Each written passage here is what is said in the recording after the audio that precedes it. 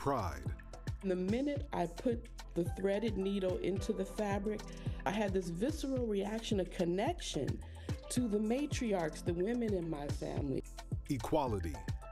This remains kind of a beacon for people who need space to understand histories that are sometimes forgotten, marginalized, even ignored.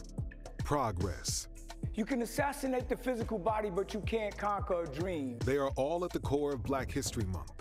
It's bringing this history up from the depths and back into collective human memory. From names known around the world. I know that the message that he articulated is needed now just as much as it was, 58 years ago. To the everyday people making a difference in our communities. Art is so healing, and I think particularly Black artistry is the fabric of this country. Tonight, we share their stories. This is a PIX11 news special honoring Black history. Hi, everybody. Thank you for joining us this evening. I'm Kendis Gibson. And I'm Erin E. LeBeau. Black history is all around us, and we're highlighting the people and places in our community that represent that. Yeah, so let's begin this special at a place that was created to refute the notion that Black people had no history. And its creator was someone with an enduring legacy, cherished to this day, 100 years after the founding of the Schomburg Center. PIX11's Justin Finch takes us inside the New York City landmark with one of the world's richest collections of Black culture. One of the things that's really special about Schomburg is that we live with our collections in many ways. On every level of Harlem's Schomburg Center for Black Culture, testaments to a people with a past and a future. What Arturo Schomburg himself called vindicating evidences.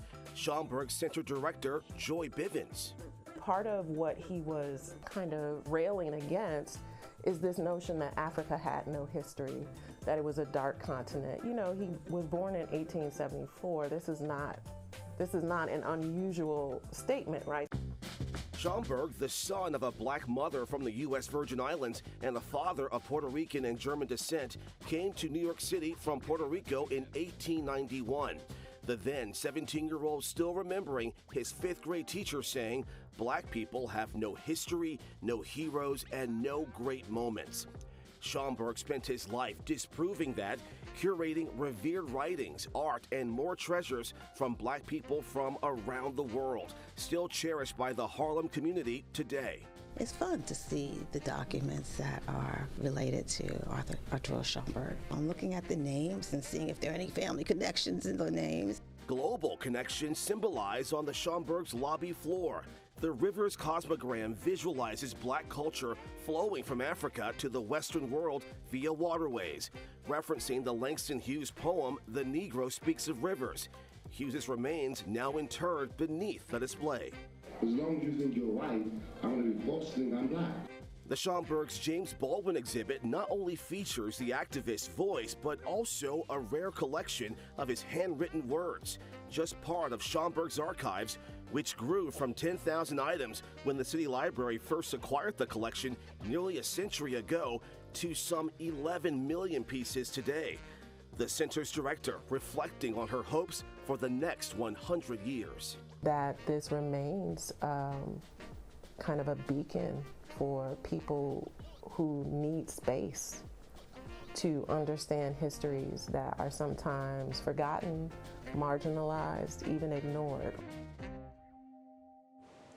From battling drug addiction to kicking the habit, that's the path taken by a remarkable local running coach. Yeah, and now he's leading by example, helping others to do the same.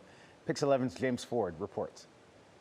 Can life be prolonged to fill the soul of a song? Andre Matthews recites a poem he wrote. But you can't conquer a dream. He speaks from experience. I've experimented with everything from marijuana to crack cocaine, heroin, and then I found myself on the street homeless. He went from that to becoming a director at Odyssey House, a program that houses people while they work on recovering from addiction.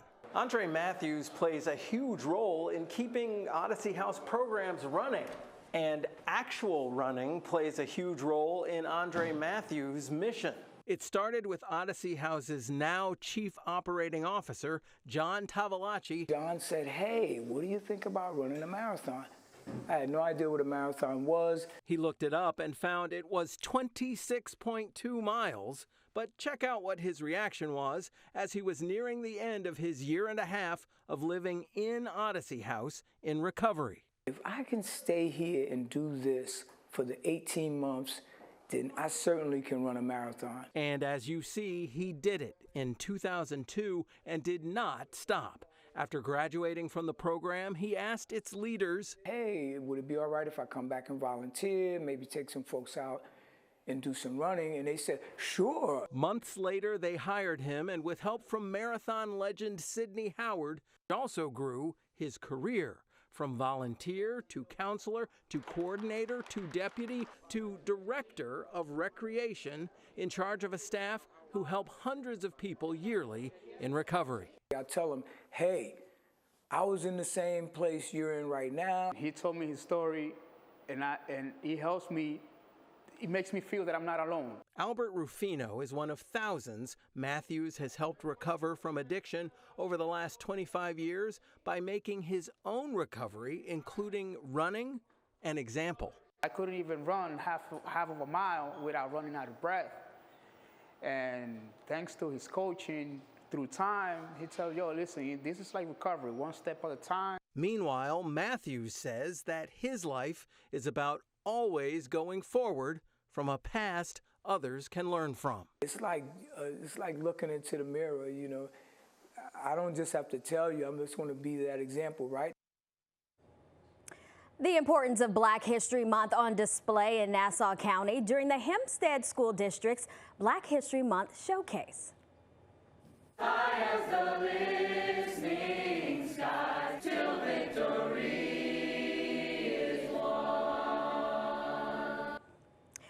You're listening to students at the Hempstead High School perform Lift Every Voice and Sing. The song is often referred to as the Black National Anthem. Students of all ages participated in the showcase, which focused on celebrating African American labor. Here's why students say it was important. I wanted to sing, express how Dr. Martin Luther King helped us, help Black and white people be treated equally. It's something so important to do, especially for the community. It's a very diverse community, so being part of something like this is so important. Officials say the performance is a great way to celebrate all the ways African Americans have contributed to the country. Well, still to come right here, honoring the ancestors lost to the waters off the Atlantic. That was a traumatic moment in history, but we are still here. I'm going to introduce you to an intrepid explorer whose mission is surveying hundreds of slave shipwrecks around the world.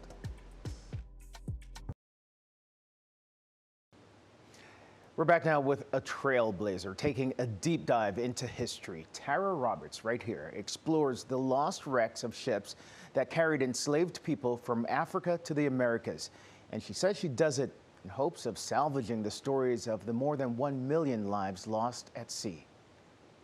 Tara Roberts is used to circumnavigating the globe, albeit usually in a wetsuit. I was one of those nerdy kids that wanted to be an adventurer. When you dive, it's a completely different world.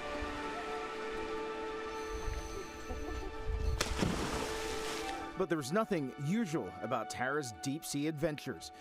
For years, the National Geographic Explorer has been surveying some of the hundreds of slave shipwrecks around the world. There were almost, an estimated 1.8 million Africans who were lost in the Atlantic. Tara describes her discoveries in her new memoir called Written in the Water. So right now, we are going to measure this area here. Most of the wooden ships have long deteriorated over the hundreds of years, but left behind artifacts like chains, anchors, and shackles. Her first slave ship wreckage, discovered in Costa Rica. A slave rebellion on board resulted in the vessel running aground off the coast. Possibly hundreds of slaves escaped their captors there. Do you feel connected to them, Yes. the ancestors? Yes. Under the water? Yes. Yes, because it's the site of where things actually happen. The memoir, she says, meant to honor the ancestors. It's telling these stories. It's bringing this history up from the depths and back into collective human memory. Important lessons from the past with poignant relevance to today. That was a traumatic moment in history, but we are still here. Coming up, preserving the art of quilting. Way to give back. It's like really just take this skill and make a little something for yourself. Why a Brooklyn art studio wants to keep this unique form of storytelling alive.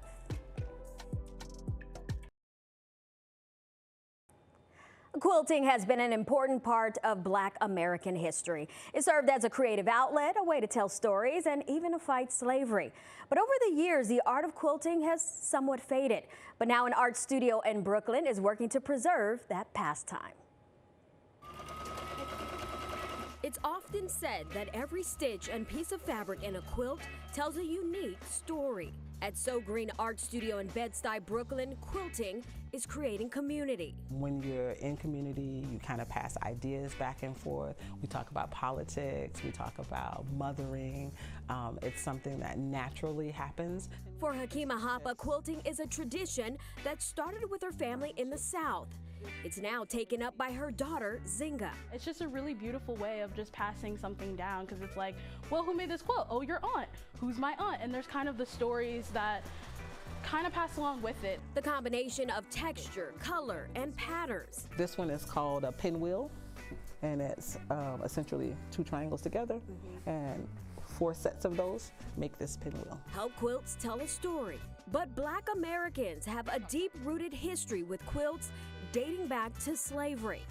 Something Dr. Tracy Vaughn Manley says was born out of necessity. Whatever they could get, patches and pieces, and they would make these quilts to keep the family warm, to put on the dirt floor, to cover themselves. She specializes in Black literature and says quilting has given her a new perspective in her research. At the time, I was just learning to quilt and reading Toni Morrison and say, oh my goodness, she has quilting in here, reading Alice Walker's Everyday Use with new eyes. She's also a hand quilter. We had to learn how to do it by hand.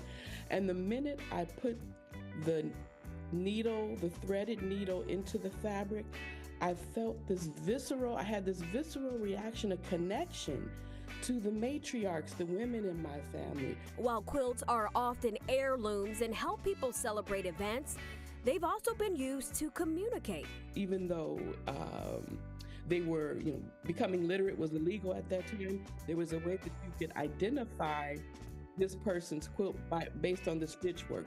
But preserving this art hasn't been easy. It's like almost like, oh, my grandma does it, I don't want to do it, oh, it's uncool. Hakima and Zinga are working to change that narrative. And quilting is a way to, make home decor, make pillows. When we look around the planet, there's clothes being discarded, that the earth already has given us so much. So a way to give back is like really just take this skill and make a little something for yourself. Their hope is that many others will see the beauty and importance of taking something old and making something new. Coming up, we head to Harlem, where an art gallery is making a difference in the lives of young people. We have open wall space so that artists can come and hang their work. And it's also about giving them the opportunity to speak about their work.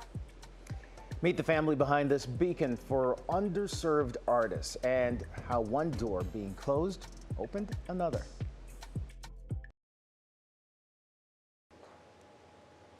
An art gallery in Harlem has been nurturing artists for more than 2 decades. Yeah, PIX11's McGee Hickey takes us inside the Heath Gallery.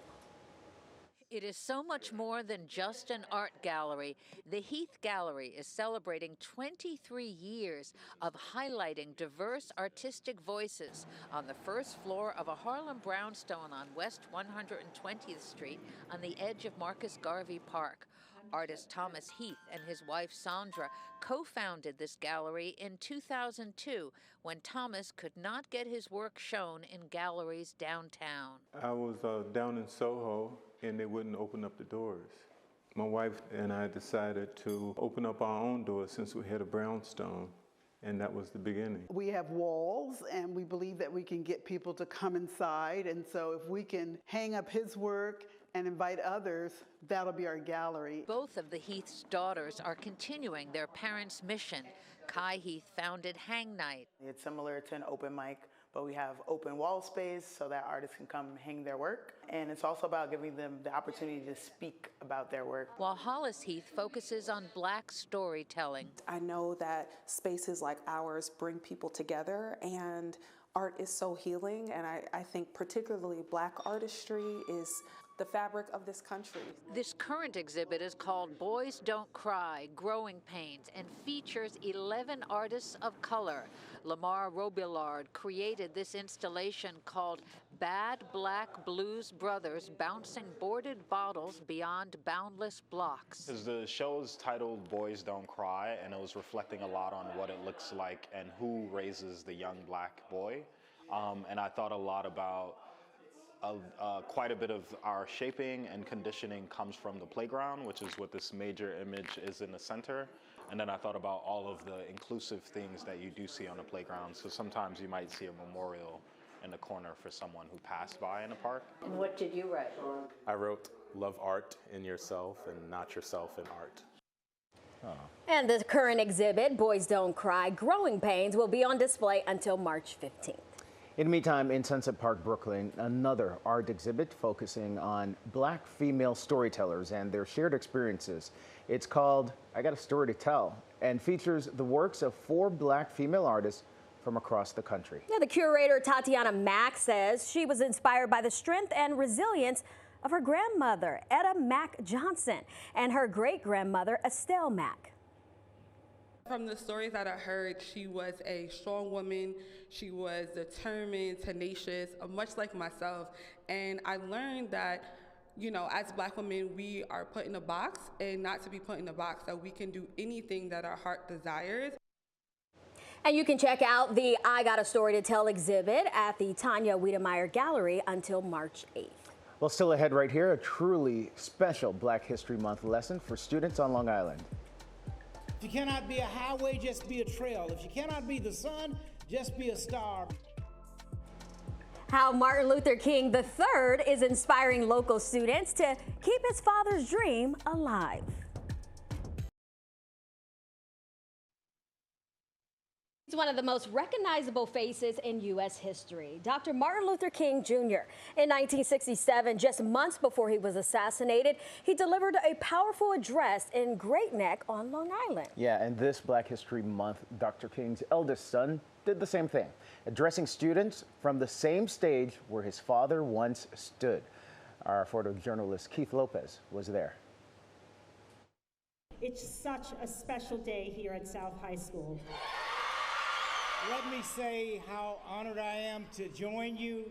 I know that the message he articulated is needed now just as much as it was 58 years ago. Spread the word! Have you heard? Without sounding corny, it does enter into your soul as much as anything possible. You know, reading it in a book is meaningful, and the words are powerful. Hearing it in person and hearing it in your own community, it's epic in so many ways. But what we have to learn as a human species is how to get along with everyone. And that's kind of what my father and mother taught. They taught us how to love each other. I have a lot of hope in the future and in young people. And I believe as young people emerge and come up and demand a certain kind of leadership, that we will get that and hopefully create a change. Teaching us how to share and care.